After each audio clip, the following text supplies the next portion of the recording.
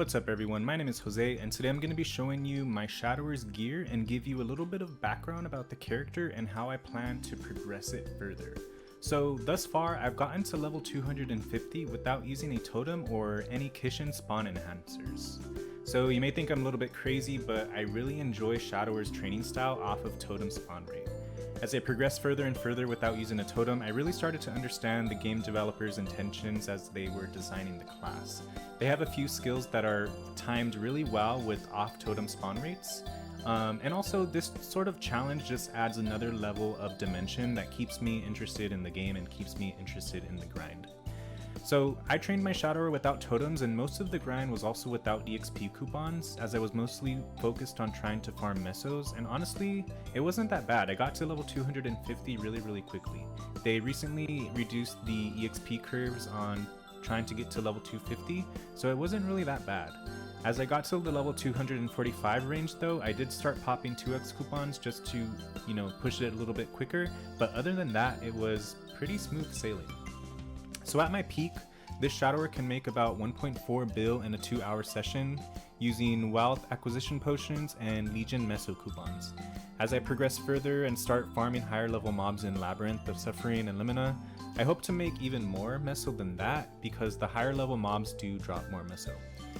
So these rates are pretty comparable to other classes when they train on Totem. Part of that is because Shadowers have a skill called Meso Mastery that you get at the 3rd job advancement that gives you an extra 20% Mesos that does stack with the Meso percentages that you get from your gear and inner ability. So let me just show you that skill real quick. Here it is, Meso Mastery. So you can see in the description, it's monster Meso drop rate plus 20%. Cool. So in total, this character has 140% Meso obtained, and the cap on any other class would be 120%. So let's get in the gear. I have a lot of double drop lines, so Meso, Kana Treasure, 17 star, double drop Reinforced Ring, 17 star, Event Ring with Meso, Meister Ring, 2-line drop. Here's my cup if you're curious. Dominator Pendant with drop rate, 72 and 6 flame, pretty good. Sweetwater Pendant transpose. I messed up on the transposing, but I'm just going to keep this for farming as it is 1-line drop, 1-line Meso, pretty good. Arcane Dagger, Golix Bout, which I plan on foddering, so I'm not going to worry about the potential just yet. Arcane Shoe, CRA bottom, CRA top. 2-line drop Blackbean Mark, 17 star. 2-line drop Sweetwater Tattoo, CRA hat. Reinforced ring with, or earring with Meso. Arcane Shoulder, Arcane Glove. I have a Wandroid from one of the prior events. Arcane Cape, Thief Shield, Medal, Badge, and my emblem. As far as familiars go, I train with a increased item drop rate familiar. I haven't gotten a large drop rate familiar just yet, but I hope to get one soon. But this does the job.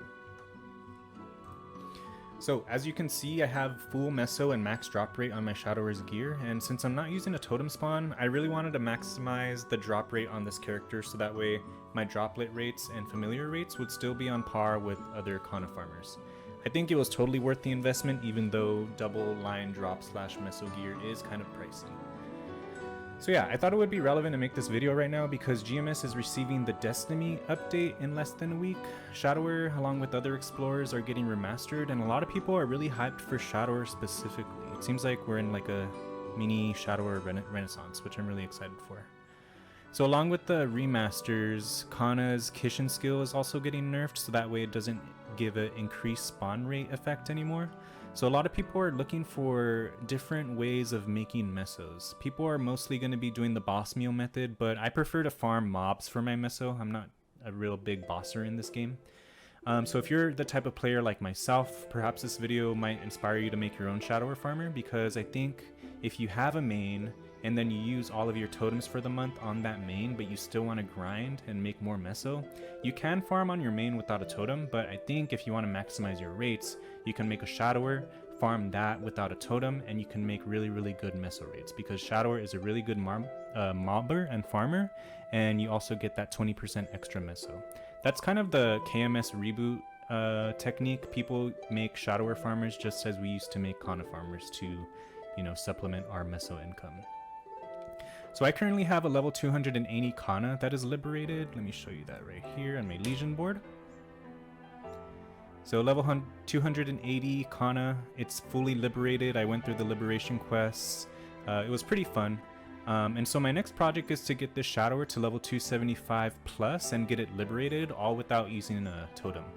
So I'll continue to use totems on other classes just because I feel like totems really benefit other classes way more than it benefits Shadower for me. But with my Shadower, I'm just really, really loving the training style off totem, and I'm going to continue the grind that way. Stay tuned for more YouTube content. If you want to ask me some questions or get to know me a little bit more, you can check out my Twitch channel, twitch.tv/MapleBench.